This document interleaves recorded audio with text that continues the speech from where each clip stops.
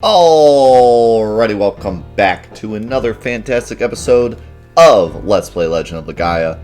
I am unbelievably stoked and ready to play more Legend of Legaia. I've been missing it all week, and I'm excited to get back into it. I had so much fun last week with the big Zane boy, and now I'm ready to give it some more, just delve deeper into this game, because it's just as good as I remember it. We've been having a fantastic week this week. It's been our 3-year partner affiliate anniversary this week. We've been doing a huge event. We've been playing all sorts of classics. A lot of the games we started the stream with, a lot of fan requests like Alundra and Phantasy Star, and just been having an amazing time this week. Today, we're going to be playing Legend of Legaia because it's Friday, but then we're also going to be playing Shaq Fu and also Dragon Age Origins. So today's going to be a pretty awesome day as well. We've also been giving away a ton of stuff. We've given away like $400 worth of stuff already. So it's been an amazing week, and I'm excited to do more. We're also bonus streaming tomorrow as well, so we're doing a Saturday stream. That's going to be cool. So it's just been an awesome week, and I'm excited for more anniversary and more Legend of Legaia.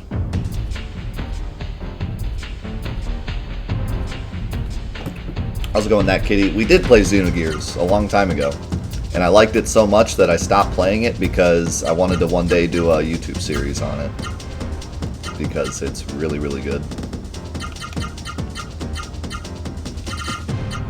Unfortunately, we got some other games to get to first.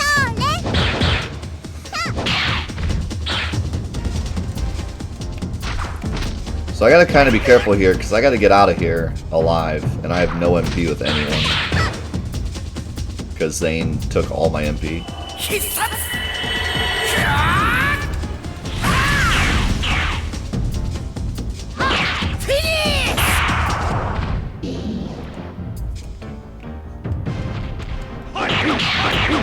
No, original Shaq Fu.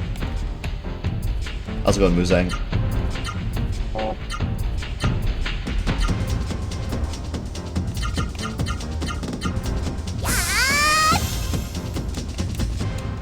Which, to tell you the truth, we played original Shaq Fu a long time ago. That's why we're playing it for the anniversary. And I didn't think it was as bad as everyone said it was. It's bad. Don't get me wrong. But it's not actually that bad.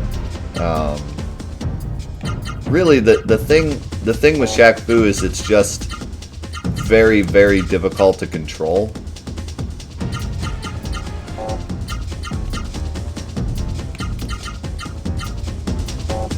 God, you have so many inputs.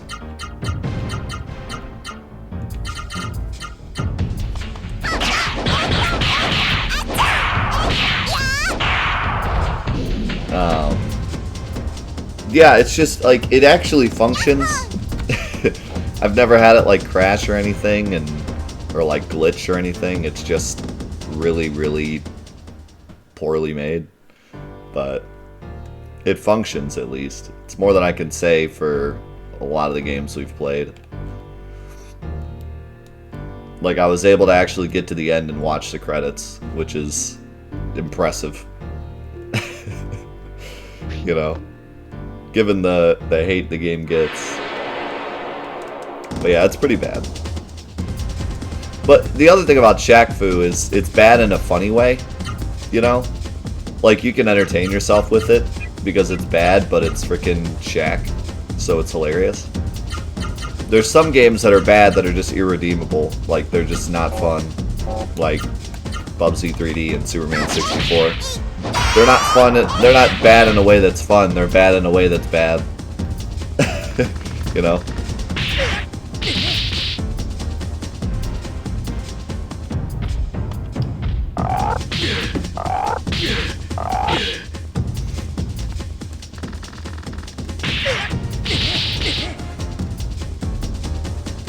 Gala's got lucky 7s going on, almost.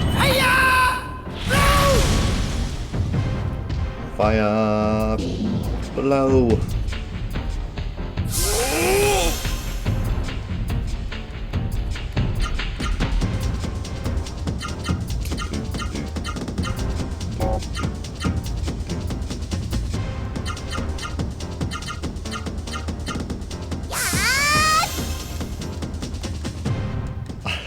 No one will ever get it.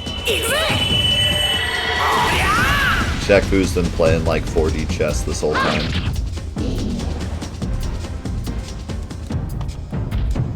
Wow, frog ran away. Woos! He ran away. Gala called him a wuss.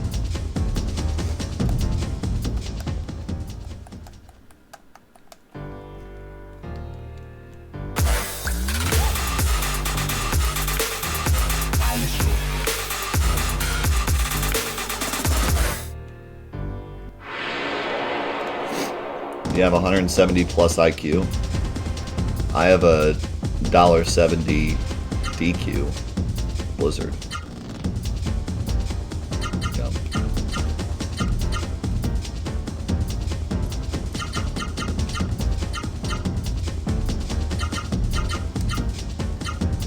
Yo, super secret room! Thank you for the 2 months. Thanks, man. What happened to Kala's drumstick? He upgraded, dude. He upgraded from a drumstick to like a spiky ball you'd see in a platformer. Tornado flame.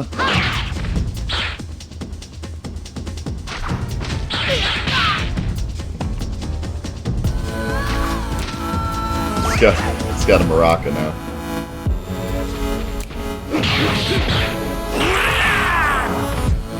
Sidekick actually does some damage.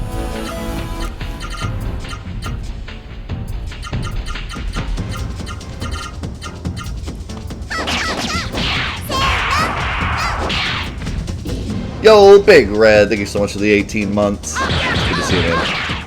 I didn't know there was another one. Crap. Oh, he ran. Wuss!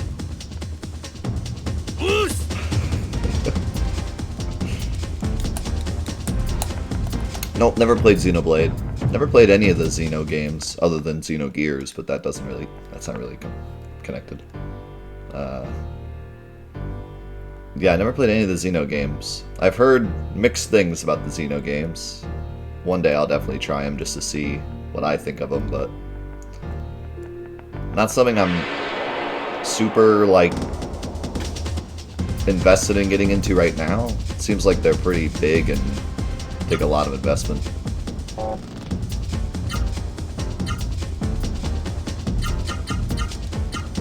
I've heard that Xenosaga is basically a movie.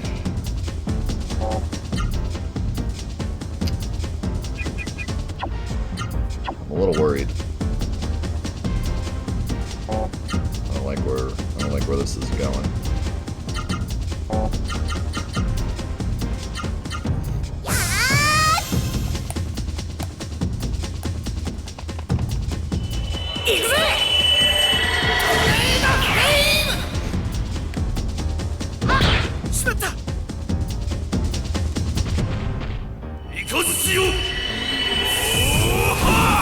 Yeah, so what, somebody that knows Xenosaga things, what's the game that just came out?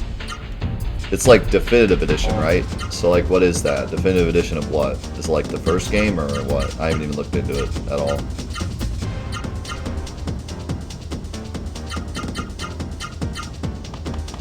What's up, X-Side? Ultra Blade! She definitely says that in English. Oh, definitely English.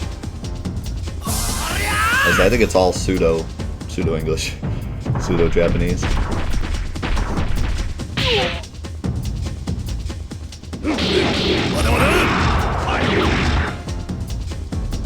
Actually, didn't we decide it was Korean? I can't remember. Still, I don't have enough coffee in me yet.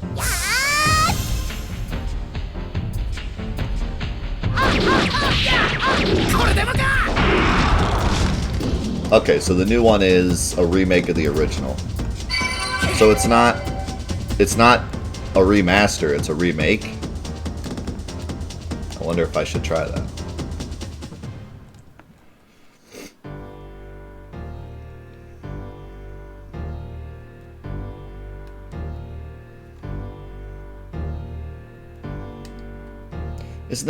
That's Xenoblade though. Isn't that different than Xenosaga? Welcome back. You did it. You defeated the henchmen of the mist who were underground, right? You got that right. We taught that Zane a lesson. He's like, I don't know who Zane is.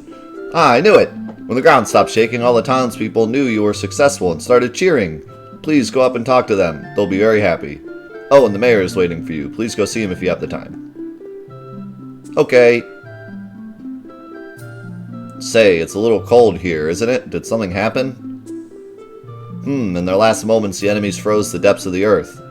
What? Yes, I only hope that nothing bad happens because of that. What could those henchmen of the mist be thinking? It's a mystery to me. That's right, whatever will happen later on will happen, but now, thank you, everyone.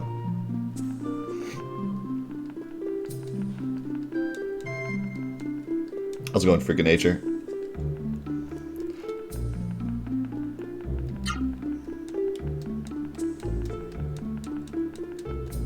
Hey, subs, thanks for the raid. How was your, Resident Evil running going? I think you were running Resident Evil today.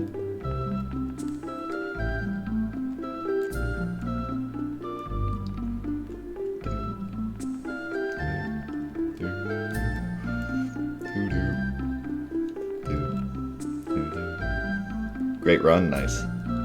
Good to hear.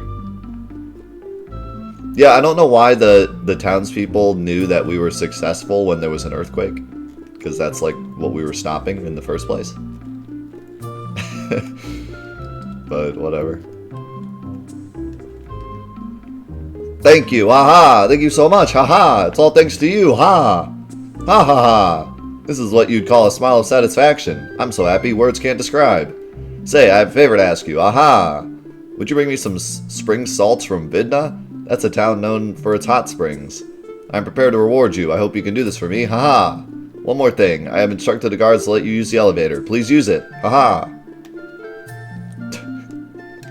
Just saved your town and you're like, hey, can you go grab me some stuff?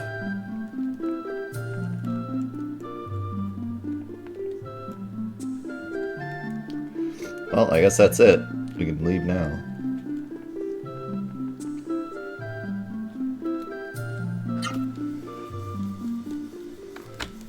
He's the mayor. He can do whatever he wants.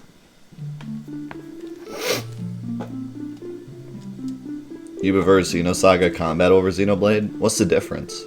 Are they both like... I'm guessing they're both RPGs. I haven't seen gameplay of them at all. Are these like... Oh yeah. Little tombstones.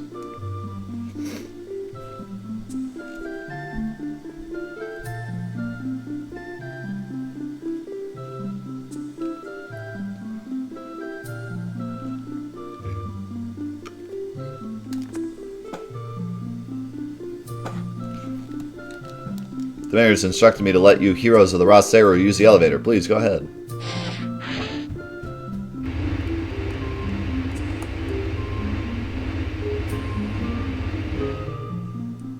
I always liked the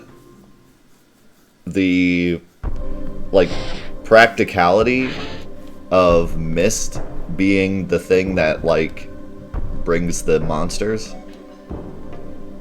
It makes like weird things like fans super powerful and useful.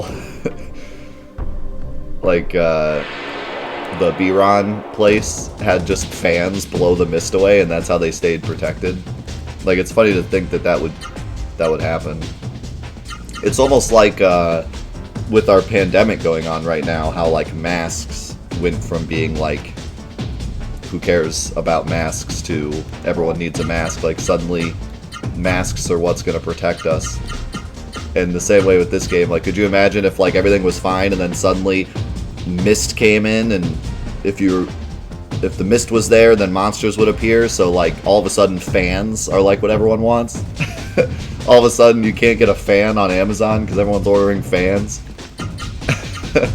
It's just kind of this weird practicality you wouldn't think of.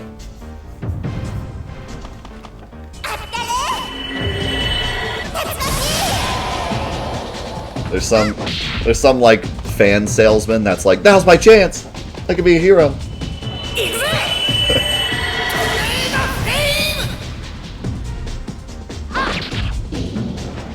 Some fan salesman has been down on his luck all this time. Then suddenly he opens up the news and he's like, oh my god. Now's my chance.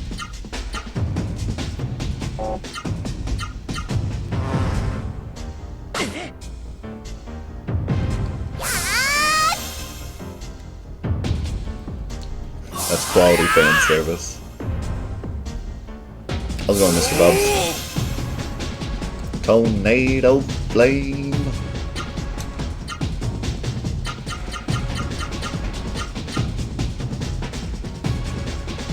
What did you ask me to combo earlier? Someone asked a question about a combo. Acrobatic blitz in the bird step?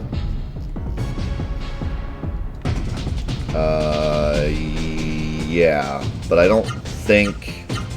I think only the last one counts. That's actually a good test to see if that's how that works.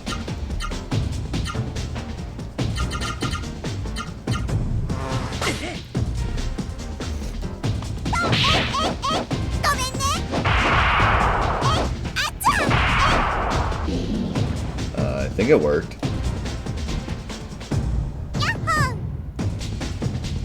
So, I might have been wrong with what I said probably last week. I think last week or the week before I talked about how the yellow part of the combo is what carries over. I don't think that's true. I think all of it carries over. It just, the yellow is what doesn't... The yellow arrow is what, like, does the special move. So you don't actually get that attack. That attack becomes the special move. But I think all the arrows actually cross over. So if you have like up, down, down, and then you have another one that's down, down, up, they can combo together.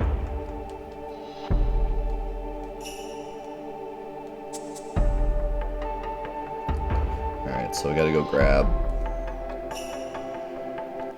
some stupid crap for the mayor.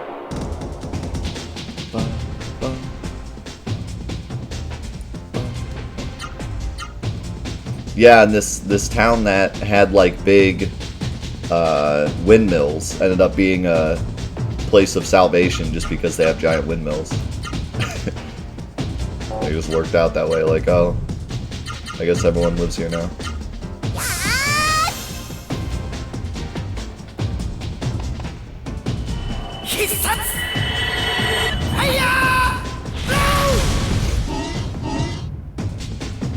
Wow, one shot. See you later. We're a lot stronger since the last time we were on the world map. It's been a while. We went underground for a while, so...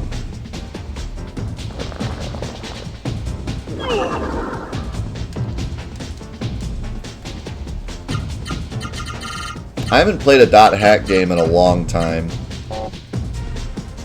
But, so let's see, if I do acrobatic blitz, and then just one more down and up, does that give it to me?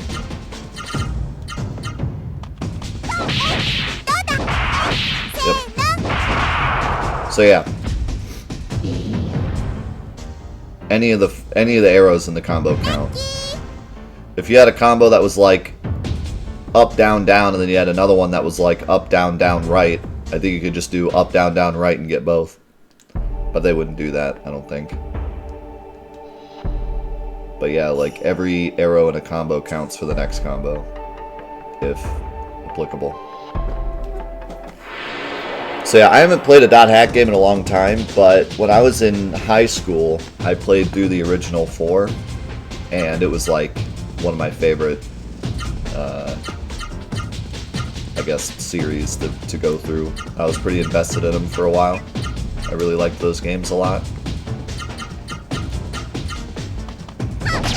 And then, when GU came out, I had a friend that told me that GU was pretty bad and not worth my time, so I never played it. I didn't want to ruin the first series for me, because I liked the first series a lot.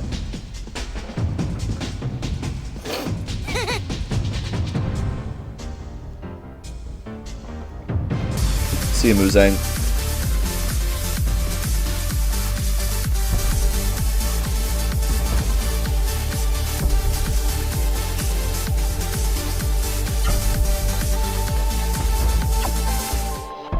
Yo, Super Orange, thank you for the 8 months.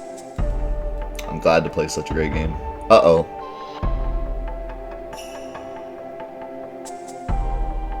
We got a code red, boys. The windmills are not spinning.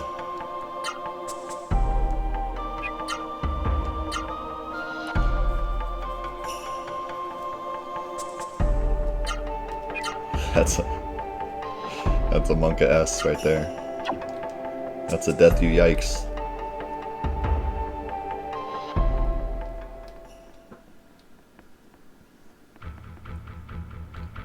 Something strange going on in here. Vaughn!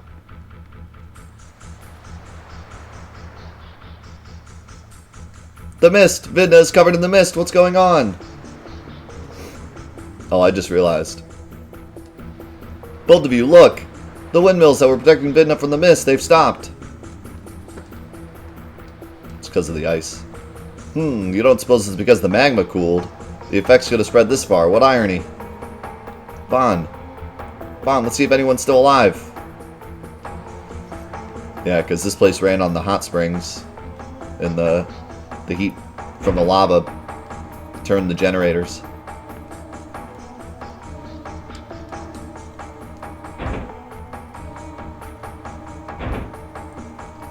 I'm not seeing anyone that's alive. Oh wait, the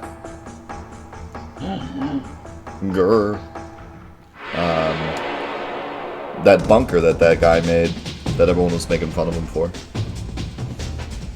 Sortie!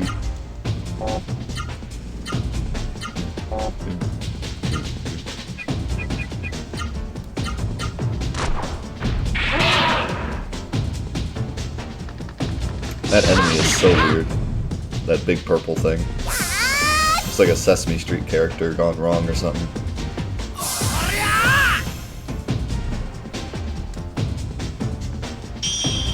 I remember trying to replay the Dot Hack games, and it was kind of hard. They're just really grindy games, so once you play them once, it's kind of hard to play them again. But it's been so long since I played them that I could probably play them again. I think that'd be fun someday. That game was ahead of its time in terms of like its plot and how it worked. It was basically Sword Art Online before Sword Art Online existed. Like, basically.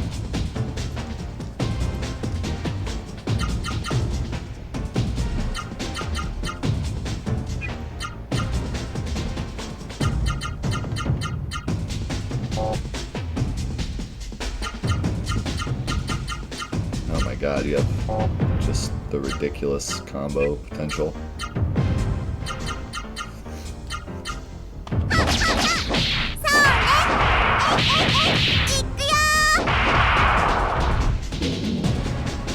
Yeah, so the original gimmick of Dot Hack is that the games carry over.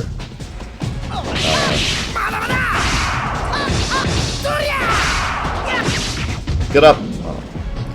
Much like people are asking with the Final Fantasy VII Remake, that they want to see everything carry over to the second game. That's exactly what Dot Hack did. The first Dot Hack game you played to like level 20 and then picked up the next game and you played from like 20 to 40 and then picked up the next game you played to like 40 to 60 and then the last game went from like 60 to 80. And you carried over everything. All your abilities, all your weapons, everything. It was like you just picked the game back up. And if you didn't have a previous save, then it just gave you like a, I don't know what to call it, a package, stimulus package of just stuff, and like put you on level 20.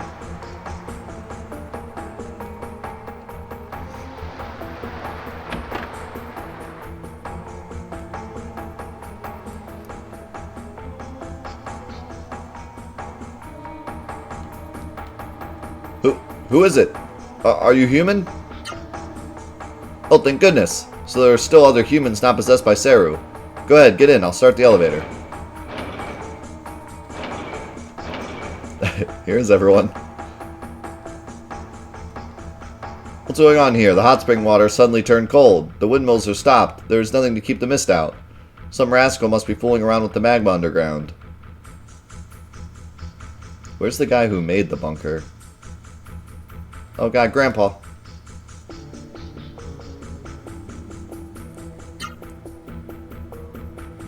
Donpa, huh? Unfortunately, I have no idea what Donpa is. Are you looking for anything else? What? You're after treasure at a time like this? Go to the machine room. There's some treasure there, like the magical spring salts. The water's cooled down, so you should be able to walk around inside. Yeah, that's what I was thinking. Man, it sure was hard carrying this thing through the mist. Hey kid, wanna try this game? Why would you bring this down here?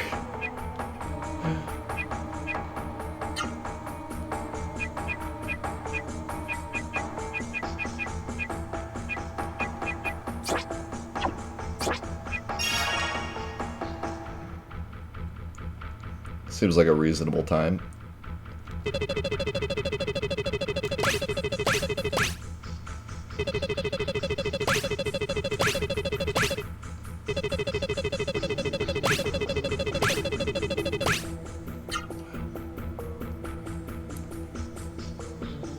No dice. No thanks, I want to gamble. Yeah, so if I kind of talked about it when we first got to the slot machine, but the slot machines are incredibly broken in this game because they take coins and they give coins. So you could literally just buy 3 coins, try it, and if you fail, just reload your save, try it, fail, reload your save, try it, until you win, and then save, and then just keep doing that until you get infinite coins. And once you get up to like 50 coins, it's pretty hard to lose them all before winning something. So you just keep doing it and doing it until you have infinite coins, and then you can trade the coins in for some really strong stuff. Including one of the most broken items in the game. And that's was part of the speedrun for quite a while.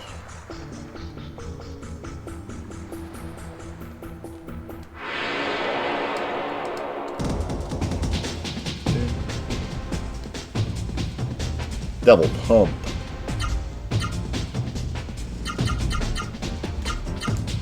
It's kind of... I think almost every gambling thing has an inherent issue with RPGs just because you can save stuff. But in this game especially, because the winnings are also the... you know, what you spend. You could just do it forever. You can't manipulate the slots, but the slots aren't random. So if you're good enough, you can actually stop them in the right spot.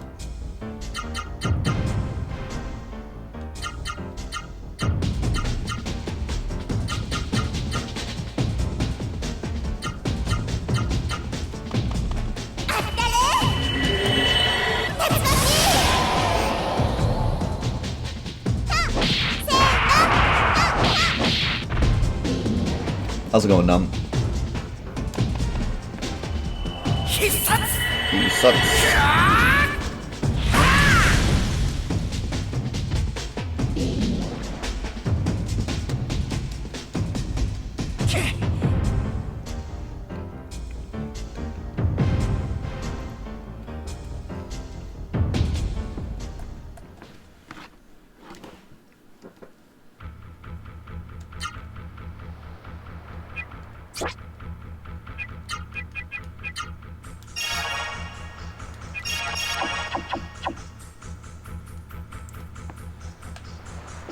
Okay. Forget where the underground started. I think it was near the top.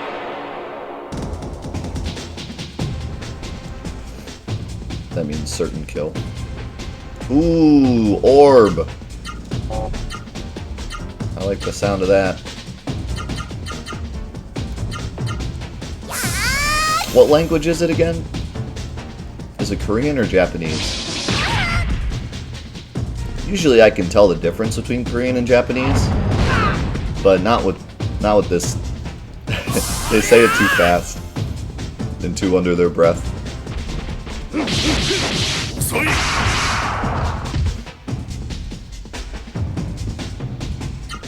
Japanese.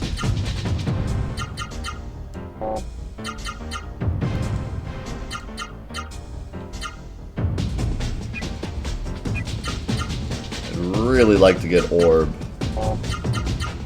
with Noah.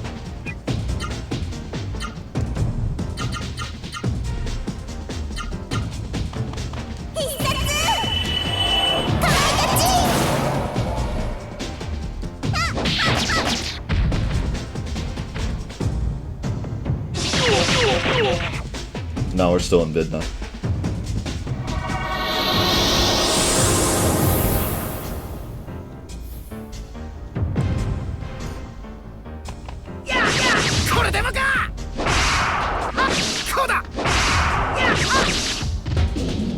Yeah, I have a lot of cool stories about this speedrun that I'll be talking about when you finish it. No! Why did you kill Orb? I didn't think Swordy would go down that fast. I was going bigger. Yeah, one cool example is Final Fantasy VII. How, like, any percent went from the worst category ever to one that's actually not that bad. I mean, I don't know, it's still kind of bad, but not nearly as bad as it used to be. I guess it's all a matter of perspective, because anyone getting into it now would be like, wow, this run's awful, but anyone that used to run the old category, or the old route is like, oh my god, this is the greatest.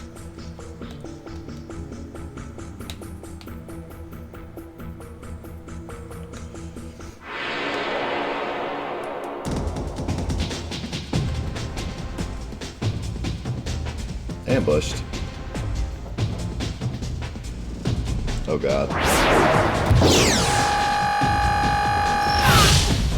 Oh my god, that damage. Holy crap.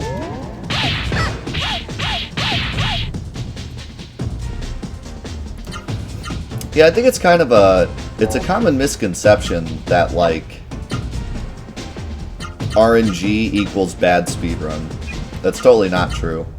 I used to think that, you know, when I first started speedrunning. The first game I ever speedran seriously, at least on stream, I did a lot of Rayman Origins stuff, or Rayman Legends stuff,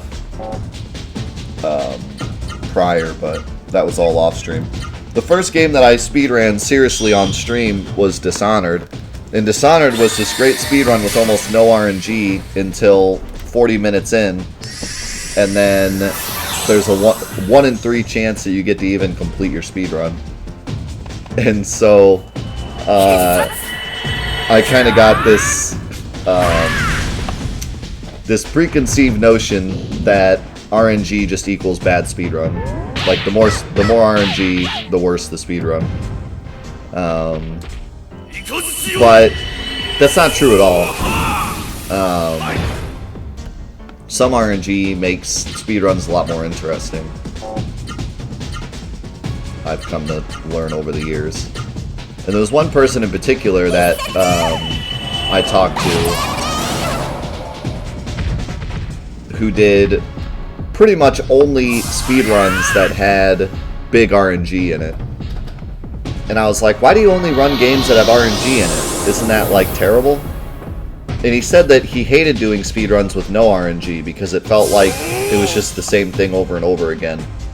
He enjoyed the RNG because it made it different every time, and he had to react to what the game was giving him, instead of just doing the same thing over and over. Which makes sense when you put it that way.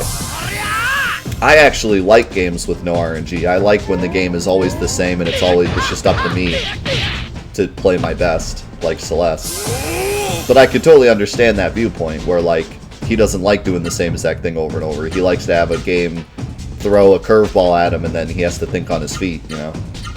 Like, that makes perfect sense to me.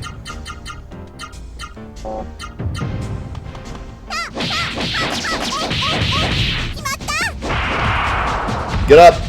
Yes! That's so good. That is so good that she got Orb. Now I can heal at the start of a fight, or start at a round, or the end of a round. I don't have to always wait till the end of the round now. RNG is luck. It stands for random number generator, but it's basically just our way of saying luck.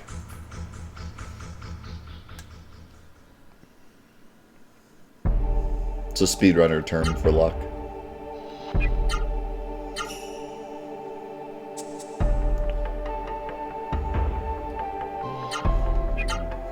There's more to it than that, but that's the... Yeah. If something has RNG, it means that it is luck-based. There's no way for us to manipulate it.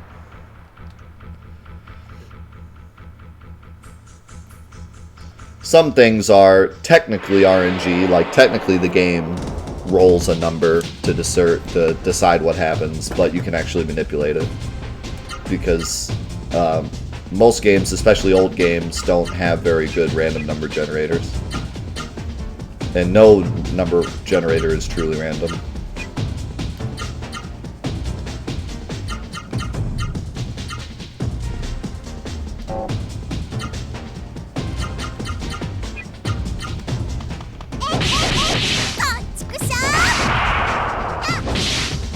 West of Loathing? No.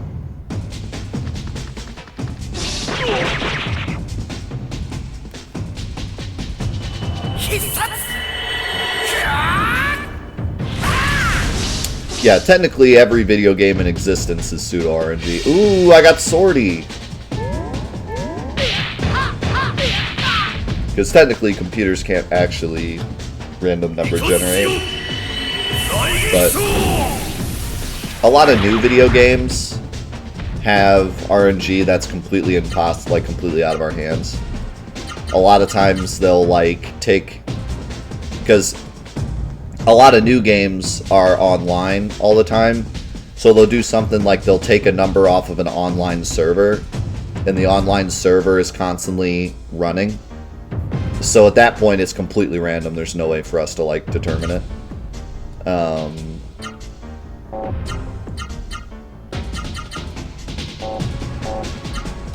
Some smarter old games would do stuff like take numbers from... Oh my god, I got Orb too! We're on a roll! Take numbers from like the in-game time. So like that's pretty hard to manipulate. Sometimes they'll take from garbage memory, and that can be hard to manipulate.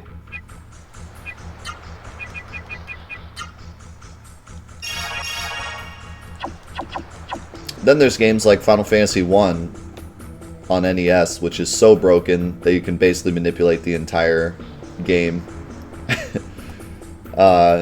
If you've never heard of like the way Final Fantasy 1 works, you should definitely look it up.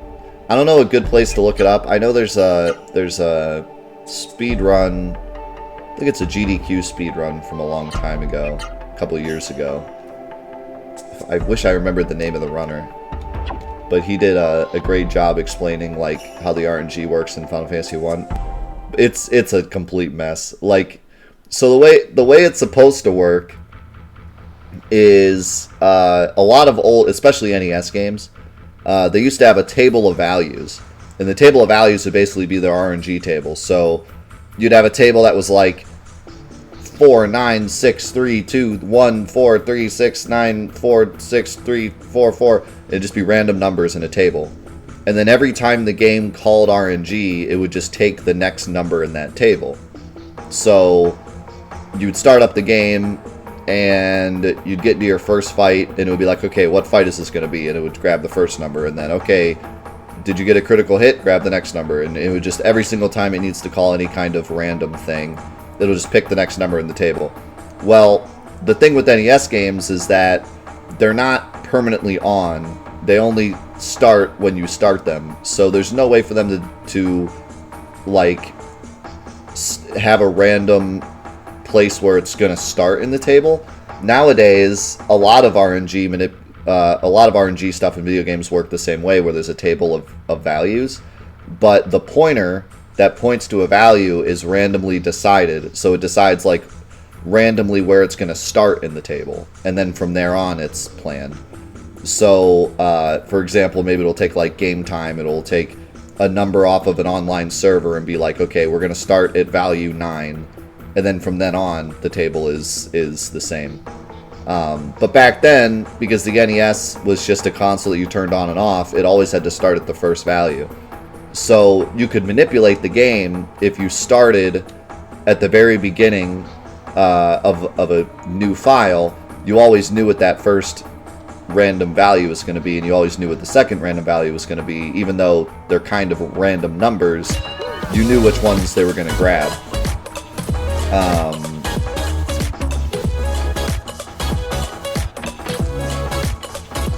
And that's true of many old NES games. The problem with Final Fantasy 1 is it doesn't do any of that correctly. They programmed it really poorly. So instead of grabbing numbers off the random value table, a lot of the values are just completely random. A great example is when you try to run away. The way it's supposed to work is you have each character. So like in Final Fantasy 1, each character runs away separately. It's not like you hit run away and then all 4 characters run away. Instead, you pick each character to run away individually, right? And what's supposed to happen is you have a stat that's like a speed stat, and when you try to run away, depending on how high the speed stat is, you have a better chance of running away. However, because they programmed it so poorly, almost none of them pull from their speed stat. I think one of them does. And then, like, the second one ends up pulling from, like, the third character's attack stat. And then the third one runs away based on a completely garbage memory value. And then the fourth one runs away from, like, the enemy's defense stat. It's just completely random stats that they grab from to determine if you run away. And because of that, there's specific classes, like the Thief class, that's supposed to be really good at running away and is supposed to have a really high speed stat. That class doesn't do anything because the runaway is determined by just random values. So, and they fixed that stuff in the later versions, like the Origins version on PS1. But the original NES version, it just pulls from random crap.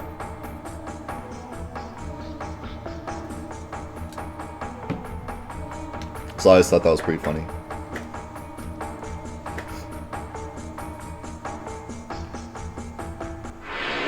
But yeah, usually in NES games, and even PS1 games, Final Fantasy VII does the same thing.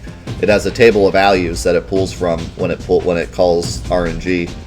And that's why if you start a new game of Final Fantasy VII and you run the exact same way, you'll always get encounters on the same spots. And that's why step counting is a thing. Because if it always pulls from the same table and it always pulls the same values, you'll always get the same parts in the same fights in the same spots. It's a little more complicated than that. There's a couple other values it pulls from. There's a hidden value that's like a danger value.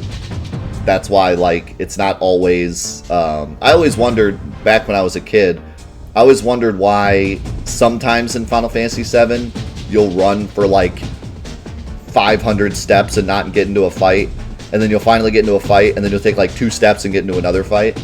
It's because there's like this hidden danger value that determines when it's okay to get into a fight again. And that fight is pulled, or that number is pulled from somewhere, I don't remember where. But so it's not always the same. But yeah, that's why step counting is a thing in the Final Fantasy VII speedrun, because even though it's random, it's always the same random. And that's also why that gold chocobo strap works. If you've ever seen that video about how if you reset the game and then do like a certain move, certain walk around, and walk like straight into the farm, you'll always get a gold chocobo. It's because they're manipulating what value they're taking out of the table. So they need like a specific value, so they're pulling RNG just enough times to get the right value in the table. So that's why that works.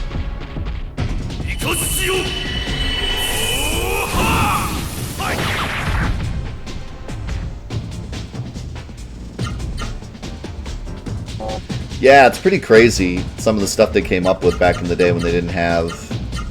Like I said, nowadays, since video games, a lot of video games are permanently online, it's really easy to have RNG. In fact, they have, if I'm not mistaken, they have some, like, public libraries for RNG. You could just call the public library, and the public library just constantly generates numbers. And so if you call the public library of randomness, it's always like running online and just always pulling numbers, so it's always going to be different for you. But, you know, back in the day when games weren't attached to the internet, they had to come up with a way to do it on the fly on the console. And like I said, there's a lot of different things I've seen. I've seen them pull random numbers based on the game time. I've seen them pull random numbers based on, like, garbage values that are sitting in the memory and stuff like that.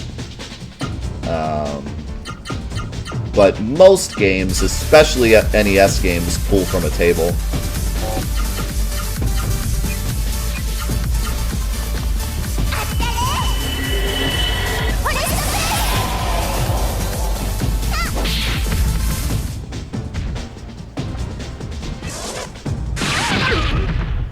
No, Noah. And the most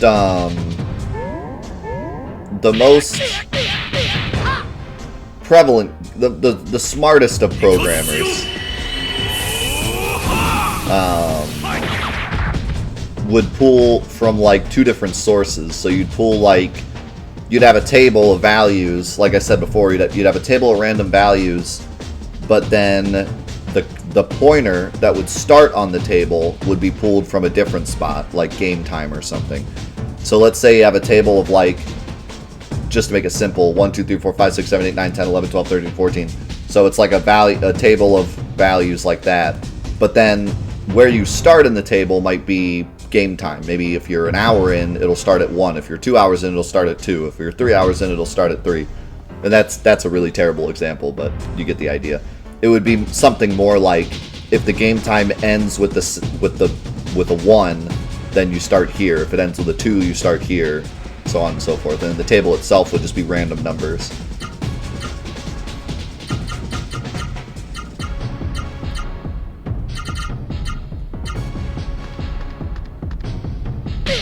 Ouch. Ouch.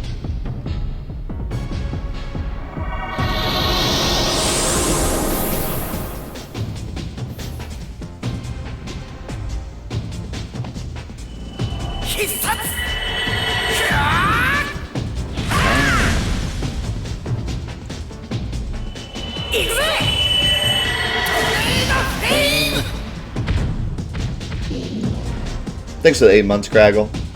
Appreciate it, man.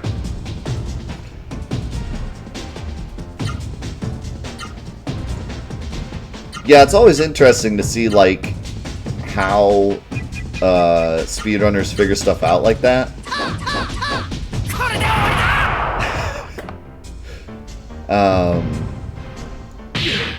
Sometimes it's a lot simpler than you'd think. Like, sometimes they just open up the game code. Like, you know, some games are able to actually look in the code and see exactly what's going on. But other times, you know, like with Final Fantasy VII, the way that we figured out that step counting works is just because a bunch of people started speedrunning the game. And so, like, in the first mission, there's really only one good path to run. So you run that exact path every single time, and when you have, like, 10 people running the exact same path every single time, and everyone's getting an encounter at the exact same spot, you kind of put it together, and you're like, oh, I guess it's, you know, I guess step counting is a thing in this game.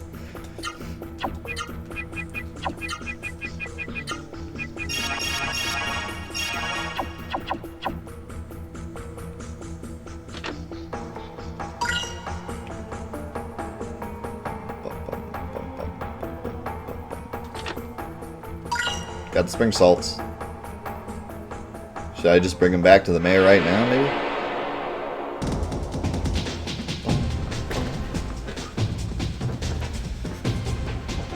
We gotta try out Swordy. Sonic Sizer.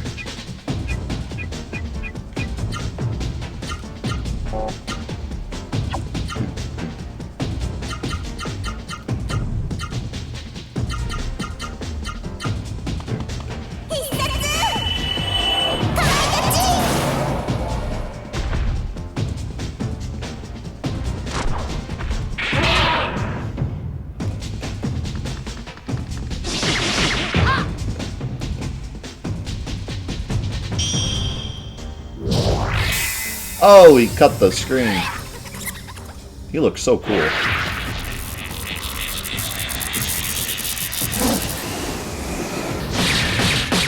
Oh, yeah. Yeah, what's even crazier about the step counter is walking affects the step counter as well. So somebody actually took the time to, like, try walking a certain amount of steps in pretty much every spot in the game to determine, like, how it pushed the encounters for the rest of the game, and then decided what was the fastest route to do it in.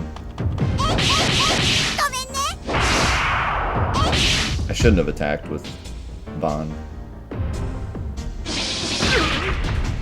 What's up, Zoo?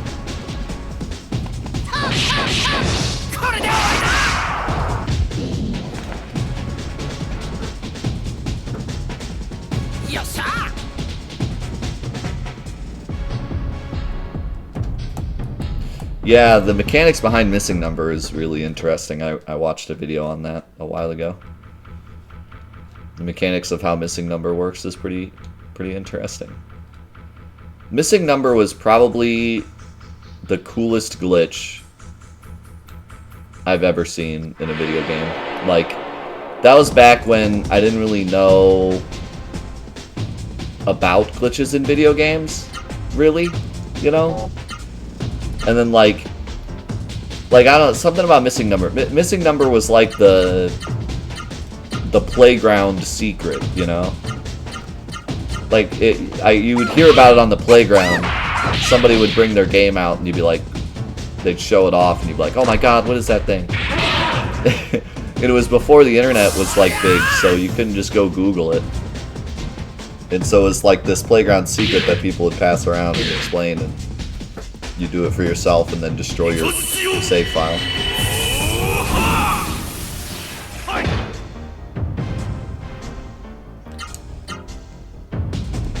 It's kind of sad.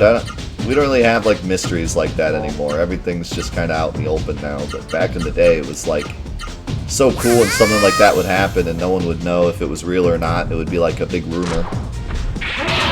So someone would show it off in their game, and you'd be like, is that real? Did he break his game?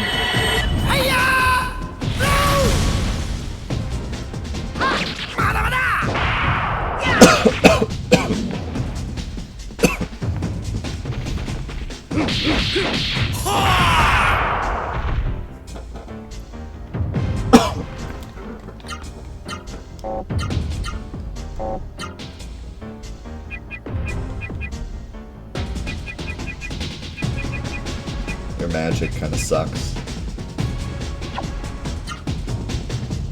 But that's okay. You're here to deal damage, not do magic.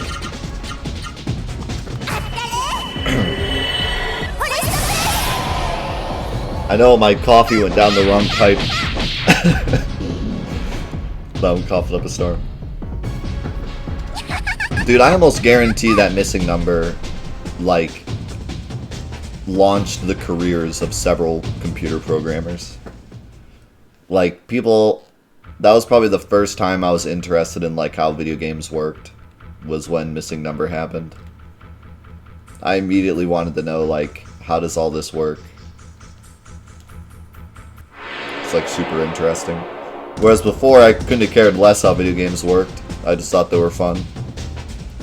That was the first time I was like, I gotta know how this stuff works, because this is really cool.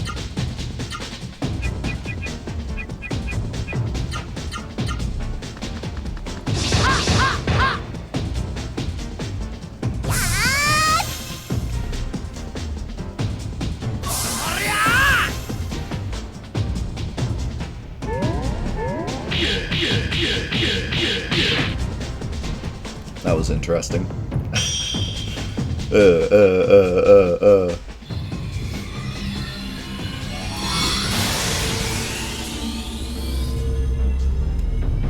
Robot crab.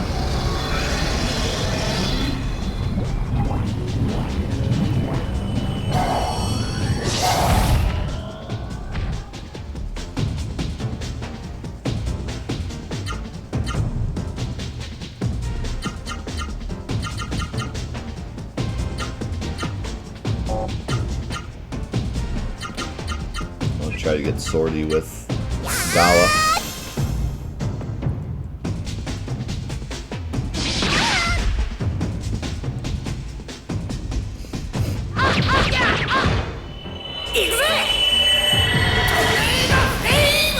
Oh, he blocked Tornado Flame. Jerk.